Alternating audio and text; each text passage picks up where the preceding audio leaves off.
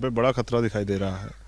और जिस तरह से लोकतंत्र की हत्या हो रही है, आप तो यहाँ की बात कर रहे हैं, मैंने उत्तराखंड में भी देखा, बीजेपी की सरकारों में जहाँ सरकारें हैं, जीते हुए प्रत्याशी को हारा हुआ घोषित कर दिया।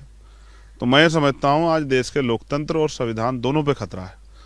और ऐसे में हमारी चुप्पी कल जिन लोगों में उम्मीद है लोकतंत्र से कि बदलाव होगा, उनके विश्वास को कमजोर ना कर दे, इसलिए मैं चुप नहीं रहूंगा। मैंने तय किया था आंदोलन में आते ही, जब मैं इस आंदोलन में आया, कि जहां भी कहीं अन्याय होगा या लोकतंत्र या संविधान के खिलाफ कोई कार्य होगा, मैं डट के वहां मुकाबला करूंगा। आज यहाँ अन्याय भी हो रहा है, कमजोर लोगों की आवाज को दबाया भी जा रहा है। इन दोनों ही समय में वो शख्स जिसने वादा किया हो कि वो संविधान की रक्षा करेगा, वो चुप कैसे बैठ जाए? तो मैं यहाँ आजम खान के बुलावे पर आप यहाँ पे आए हैं कि अखिलेश से भी बातचीत करके यहाँ पे आए हैं आप? मैं समझता हूँ कि विपक्ष एकजुट हो रहा है। आपको इस बात की परवाह करने की बजाय इस बात की परवाह करनी चाहिए कि यहाँ चुनाव फेयर हो। अगर जनता वोट नहीं डाल पाएगी तो फिर इस चुनाव के कोई मायने नहीं। फिर तो आजम भाई ने सही कहा कि जीत का सर्टिफिकेट बीजेपी को दे देना चाहिए, ना कि चुनाव कराना चाहिए। तो आपकी भूमिका क्या रहेगी यहाँ पे? मेरी भूमिका ये है कि जिन लोगों में डर का माहौल बनाया गया, उनको मैं विश्वास दिलाना चाहता हूँ कि बिल्कुल ना डरें।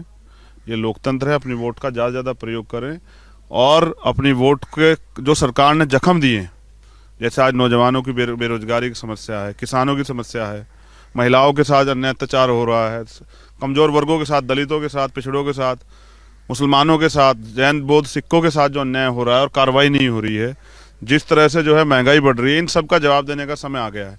जिस तरह से न्यूनतम व्यक्ति आय नहीं है और यहाँ का मजदूर भुखमरी के शिकार पे है, गरीब भुखमरी के शिकार पे है, बिजली यहाँ सबसे महंगी आती है।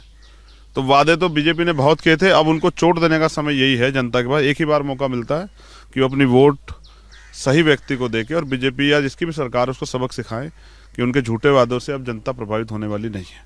24 के लिए भी अखिलेश के साथ जाएंगे क्या? उसकी भी भूमिका बन रही है? अगर बीजेपी ने अच्छे काम किए होते तो बीजेपी के यहाँ 20 से ज़्यादा मंत्री यहाँ पुलिस के साथ फ्लैग मार्च नहीं करे होते, जनता के बीच में नहीं होते। अगर बीजेपी ने अच्छे काम किए तो मुख्यमंत्री जिस तरह के नफरत के सांप्रदायिकता के भाषण कल वहाँ दे रहे थे खतौली में, ये इस बात का पैमाना है कि बीजेपी आज भी हिंदू मुसलमान दंगों फसाद पे उसी पे टिकी हुई है।